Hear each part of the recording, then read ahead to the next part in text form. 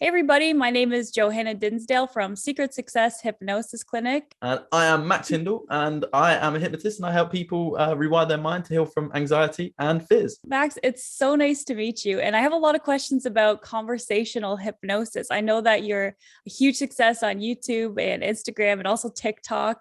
So can you tell me a little bit about what exactly conversational hypnosis is? Yeah, 100%. So you've got the waking and sleeping hypnosis, and most people that see hypnosis see and sleep and like all the dramatic falling over and all that kind of stuff. But conversational hypnosis is usually eyes open, but then it ends up, some people end up closing their eyes and drifting off into like a complete trance state. Some people will sit there and just look like that. And the best way I can explain it is kind of like when someone daydreams, they go into that trance. And Right. what you're doing is you're not necessarily doing an induction, but you're letting them induce themselves into hypnosis, if that makes sense, by using specific words and asking specific questions, and really just watching their mind go completely unconscious and letting them heal, if that makes sense. Because what I've noticed, this is from working with people and myself as well, is when we actually heal from something, we don't usually consciously know it. So like, for example, someone can say, oh, I've got anxiety. And like, yes, consciously you have anxiety. Subconsciously, your body is triggered by something, or there's something that's causing your body to react in an anxious way. So then I always say to people, and even to myself, what is the unconscious way of healing? For me, when I yawn, I heal dramatically. I don't know why. I don't know. I still don't actually know what this is or what this means. But when Mhm. I heal, if I'm doing like self-hypnosis, and I'll be sitting there and I'll be going, and I want to heal. I want to heal. I want to yawn, but I just Mhm. can't yawn. And it's really weird. And then when I know the issue solved is when I am able to yawn. And that is the unconscious way of my body healing Wow. from a mental block, if that makes sense. So it's a kind of like trigger that you've set up unconsciously. Yeah. And I came across it, and then I said it as a trigger. Because what happened was I was battling something in my mind. I couldn't work out what it was. I didn't know the issue. Do you know what I mean? Like, some people, Mhm. we don't actually need to know the issue to let it go. Sometimes it makes sense to address the issue, and that's just dependent on the person. Right. But then once you unconsciously release that, and for me, yawning is a purging exercise. It's literally, do you know what I mean? Like Right. It's itching. already like a very relaxing, just like natural thing that you do without thinking about it. So that's a really good choice of trigger. But that's the thing. I didn't choose it. My body chose it. Yeah. Because Right. then my conscious mind clocked onto it and said, yawning is healing. So whenever I yawn now, just even if I'm tired and I yawn, it just sets in a healing like energy into my body, because it's like, oh yeah, I'm healing. Don't know what from. Maybe I'm just tired, but I don't know. I'm just going to accept it and just sort of let it happen, if that makes sense. I love that. And so you said that like people would just randomly slip into trance during their sessions? Yeah, well, it's not random. I mean, it's deliberate. I like sort of, Oh, there's of things that course. Yeah. that I ask, and things that happen that then create the trance, if that makes Right. sense. So Interesting. So like, yeah, do you say like there's an average around like how quickly somebody will like slip into trance while mm, talking with you? some people can literally in an instant, like I can ask Mhm. one question and someone will just go, Right.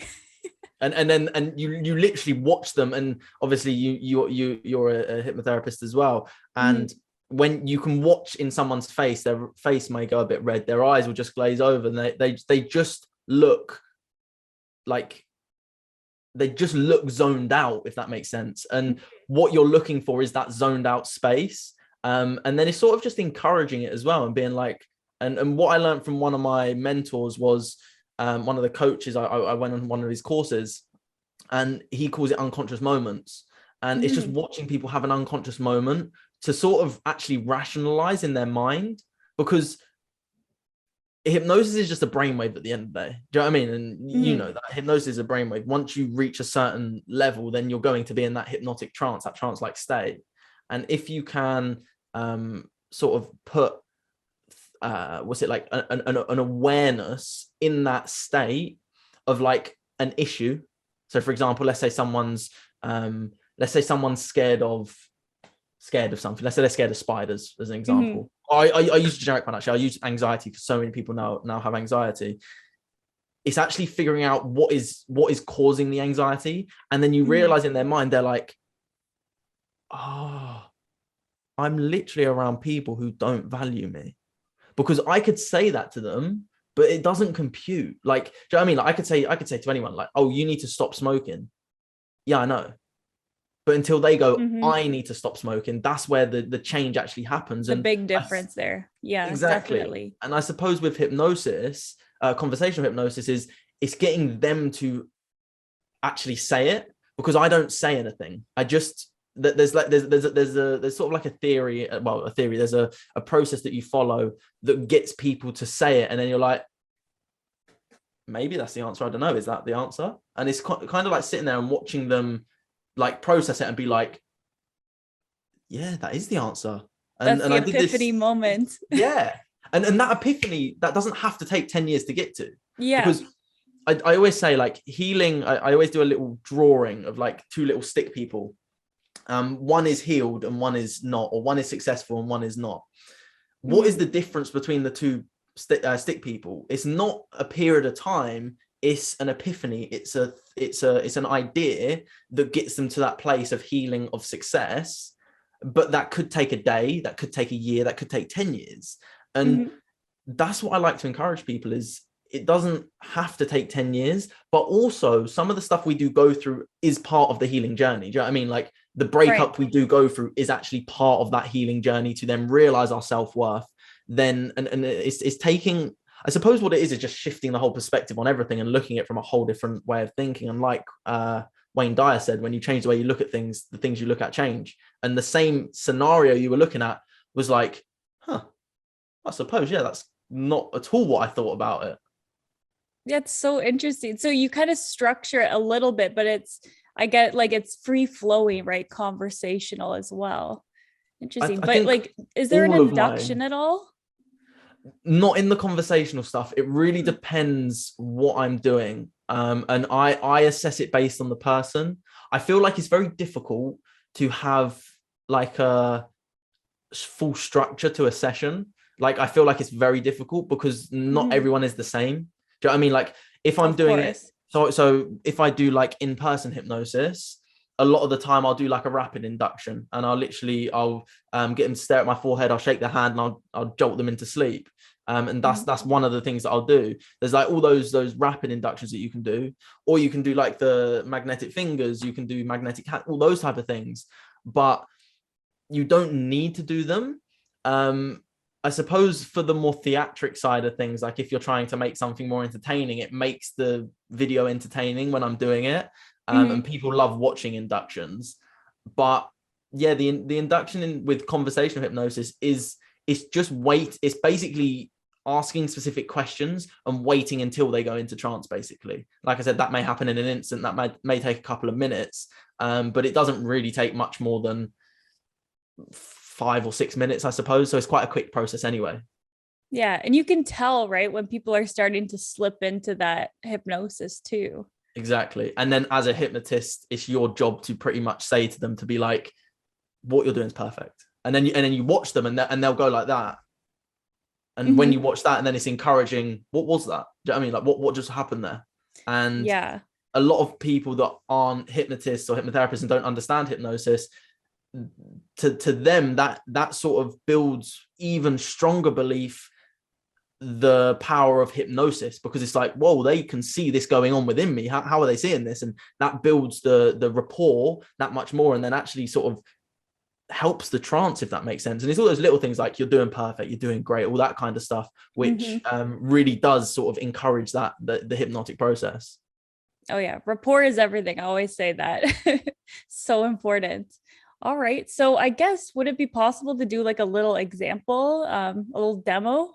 100%. Awesome. So we did speak about before, because there needs to be something that we can really focus on. So like an issue or sort of some sort that we can really dive into. So is there anything that sort of comes to mind that you're cool speaking about, and we can make some shifts with it?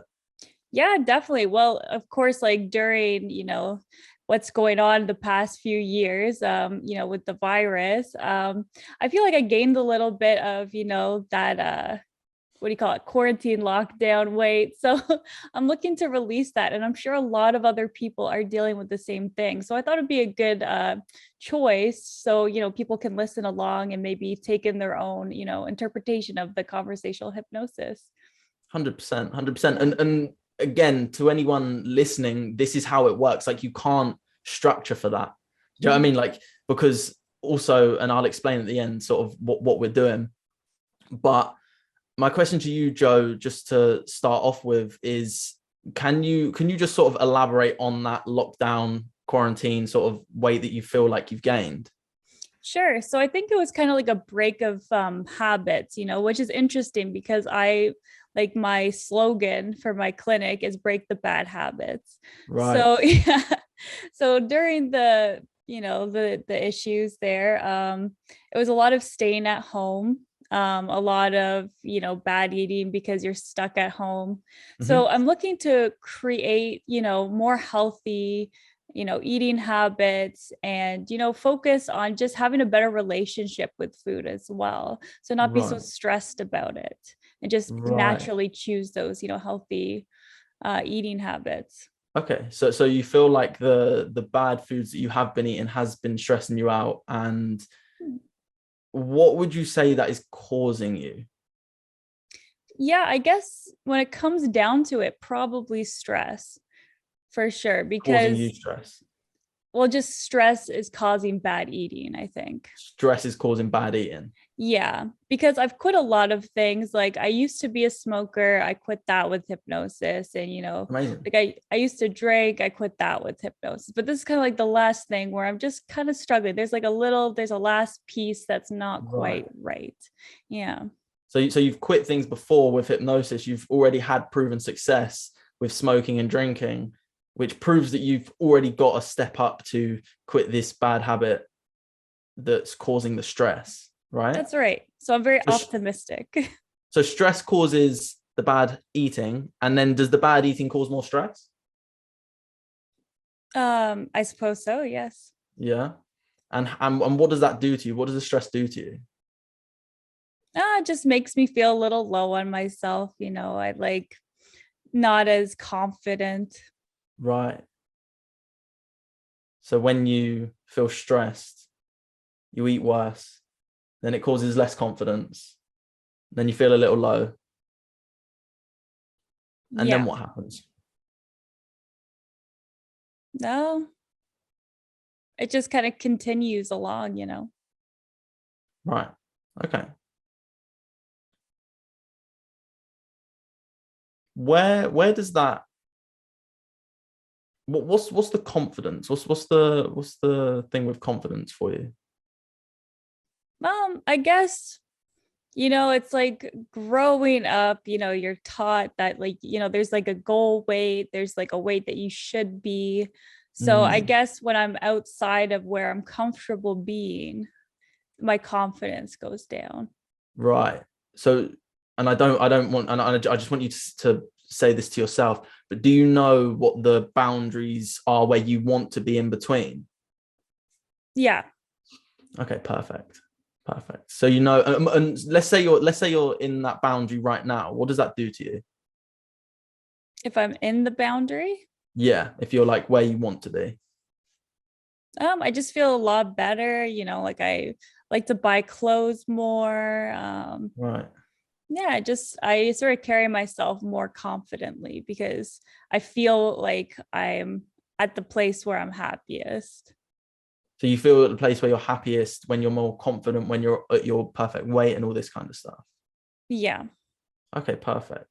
So do you have like a plan of what you need to do to get there? Like, what's blocking you from being there right now?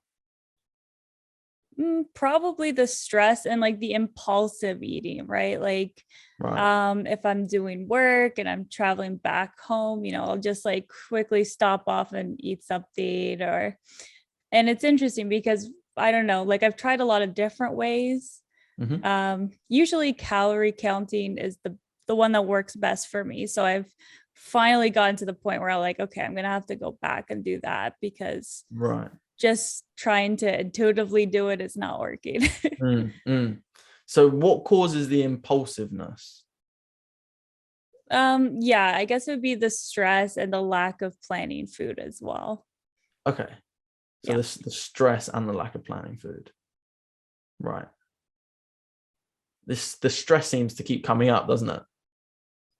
Yeah. Yeah. There's been so much going on, right? So it's like I used to cope with the smoking or drinking. So it's like I feel like my brain's kind of like rerouted into like eating junk food and stuff. So I'm Interesting. trying to cut that out. So when you used to get stressed, you would drink and smoke. Yeah, probably. I would say so. And it's as if you've replaced it with bad eating. You've removed one bad habit, and then it's replaced itself, because you didn't do that consciously, did you? No. It just happened. Yeah. So what's the issue? It's probably coping mechanisms Coping mechanisms for for stress and anxiety. stress and Yeah. anxiety. Okay. How do you know when you're stressed? Just like the feeling.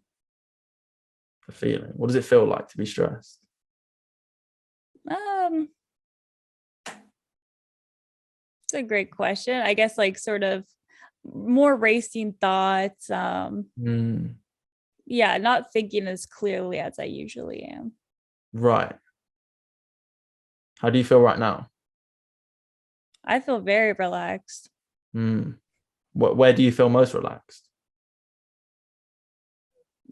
Probably in my mind. Yeah, just very Your mind. slow, Everything slow seems very thoughts, calm slow. thoughts. Yeah. There you go. Amazing. Amazing. I'm doing perfect. So where would the stress usually be? Yeah, I guess usually in my mind too. Right. And So there's a common shoulders. Yeah. and shoulders. Mhm.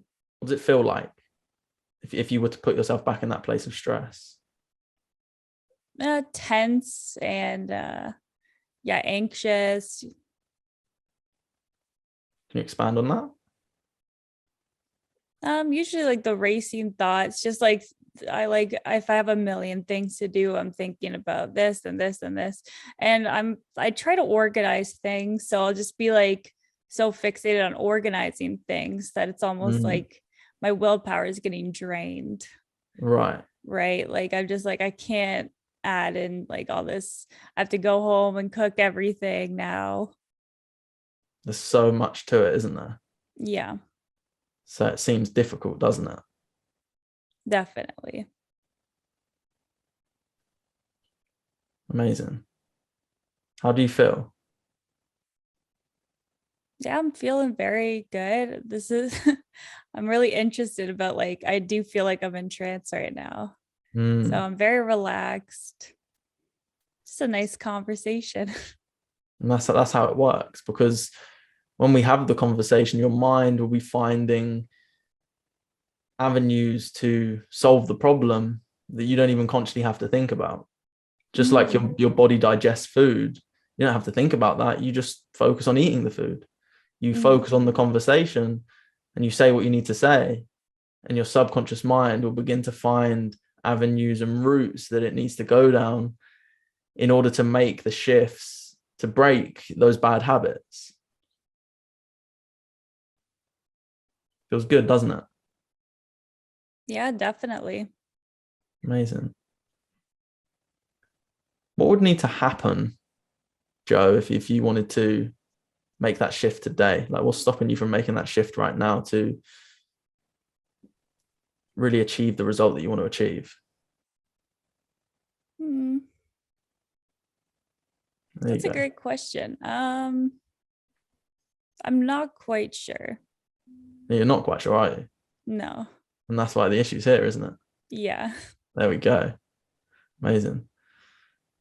And I want the questions that I asked to really play over in your mind, and there's no need to rush the answers. Find what you need to find. Notice what happens. and feel where you need to feel, because you may do trance differently to another. Someone may close their eyes, another may keep them open, others may stare.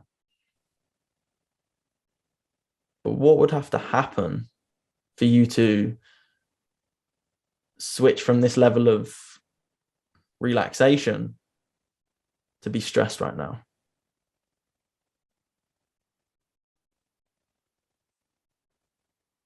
There you go.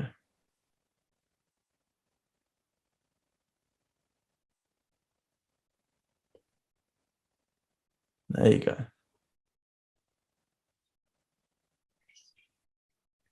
Probably just be easier on myself, you know.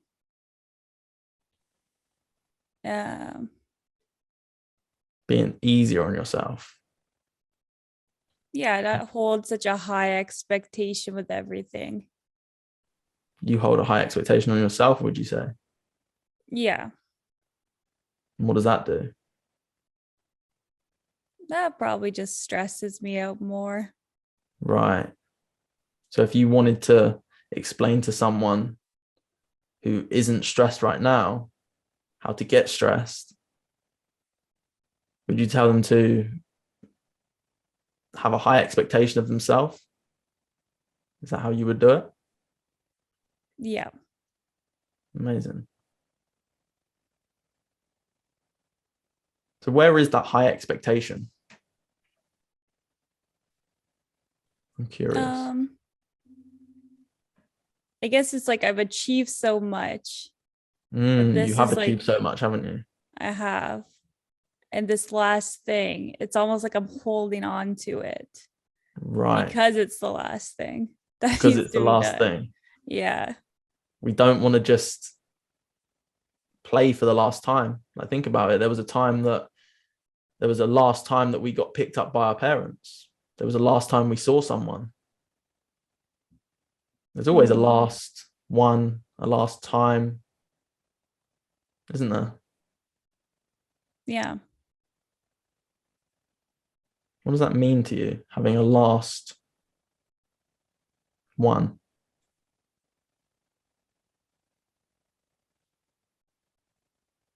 Well, I guess it depends on what it is. There you go. It does depend, because even though this is the last thing that you can release, why do you want to hold on to it? I guess fear of the unknown. What's going to happen after that? There we go. Fear of the unknown.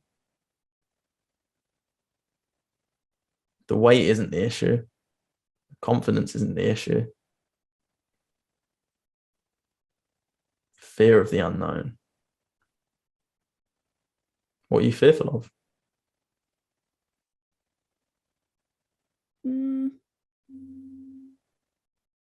I guess just what that's going to look like if I don't have anything to, and it's weird because I know that I'll have things to work on, but it's like this last piece was kind of the thing I've been focused on for a while. It's like taking away a part of you, isn't it? Mm-hmm. So is this a part of you? Well, I feel ready to let it go now. You sure? Yeah. What if the urge comes back and the impulses come back? How do you know you can not make those impulses? I don't know. You don't know, do you? Nope. And what if you did know? That would be great. It would be great, wouldn't it? It'd be relaxing, wouldn't it? Mm-hmm. Would it make the unknown a bit more enticing? Yeah. How could you make the unknown more enticing?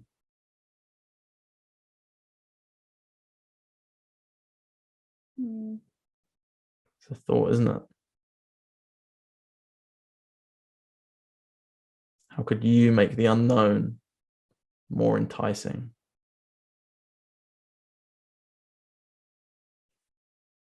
That's right. That's right. You're doing perfect, Joe. How could you make the unknown more enticing?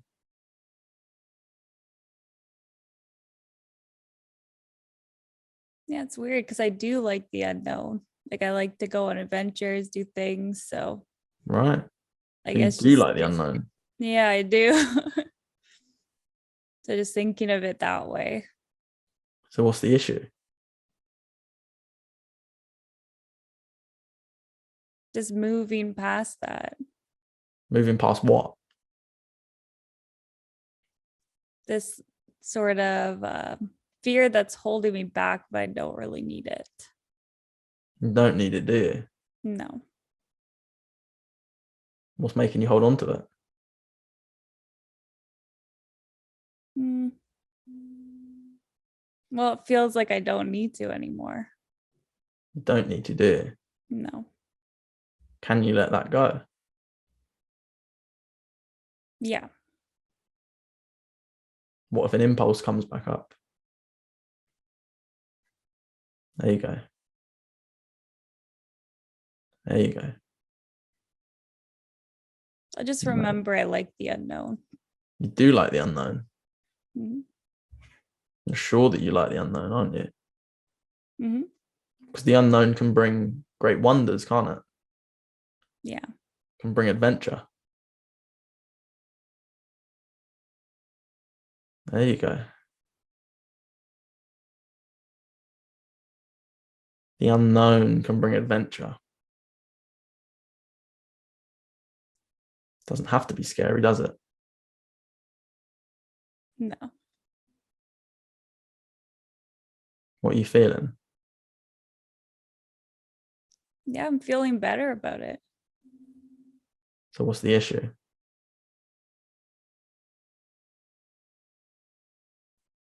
Mm. None, I guess. You guess, or you're sure? Yeah, I'm sure. You're sure? Mm-hmm. What if the impulse comes back up? I'll just remember that I like the unknown. Because you do like the unknown. Yeah. And that heals itself, doesn't it? Mm-hmm. Where do you feel that safety in the unknown? Where do you feel that in your body? In my heart. In your heart? Amazing. Just place your hand over your heart, whichever hand you feel most drawn to. Mm-hmm. Can you feel that safety in the unknown? Can you create a memory that experiences in your mind that the unknown is completely and fully safe and full of adventure? Becomes easier, doesn't it? And you may even notice that this is just like an anchor, just like a trigger. When you touch your heart, it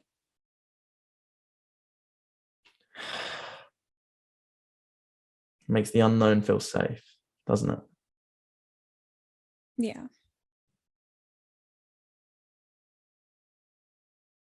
There you go. Just experiencing it, accepting it. The unknown is safe, Joe. It is full of adventure.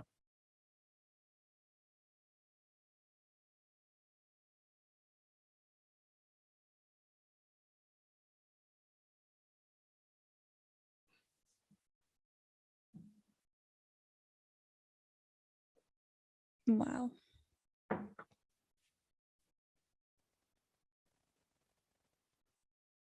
That candle back there was really completely fixated on that candle back there. Amazing. Yeah. How do you feel? Wow. That was such an interesting experience. Still processing it. Yeah. The mind takes time to process these things. You already know this. And what we just went through, some of it may make perfect sense. Some of it may make no sense whatsoever. Doesn't have to make sense to the conscious mind because the subconscious will accept it and it will grow stronger because you notice that the issue wasn't the eating or the weight, was it? We had to find the issue. And this won't just have an effect on the weight stuff. This will have an effect in many areas of your life. Right. Because you've solved a bigger issue, if that makes sense. I mean, we can solve the symptom, which is the eating, but then we replace with the stress, we replace the smoking or the drinking with the smoking with the eating with something else. But when we remove the actual trigger of the stress and not being fearful of the unknown and being safe in the unknown, everything starts to slot in place. And then you don't need an external stimulus to reduce the stress.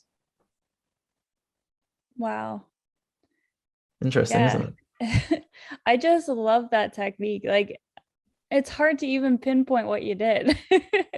if I'm totally honest, if you rewatch the video, you'll see me sit there and like, what can I say? Because it's not really a technique. It's, I suppose one of the techniques is confusion with some of the questions you ask to get you to really think about a question. Right. And then also affirming what you're saying and really bringing that true to your mind to say, oh, hold on. Yeah, that is what I'm saying, actually. Why am I saying that? Do you know what I mean? And it sort of has like a debate in your own mind. And as you noticed, you didn't have to close your eyes. Some people immediately go and close their eyes and go like that, but you don't have to. And there's no one right way to do it because everyone does trance differently. Yeah, well, still, you're incredibly talented. Thank you. Like, I appreciate that. The choices of your questions too are so great. Like, you just really led down a path that you created like on the fly, basically. So that's really impressive. I appreciate that. It's something that I think I'd love to. It's still something I'm trying to master. I mean, I'd say there's still so much more I need to learn in this as well.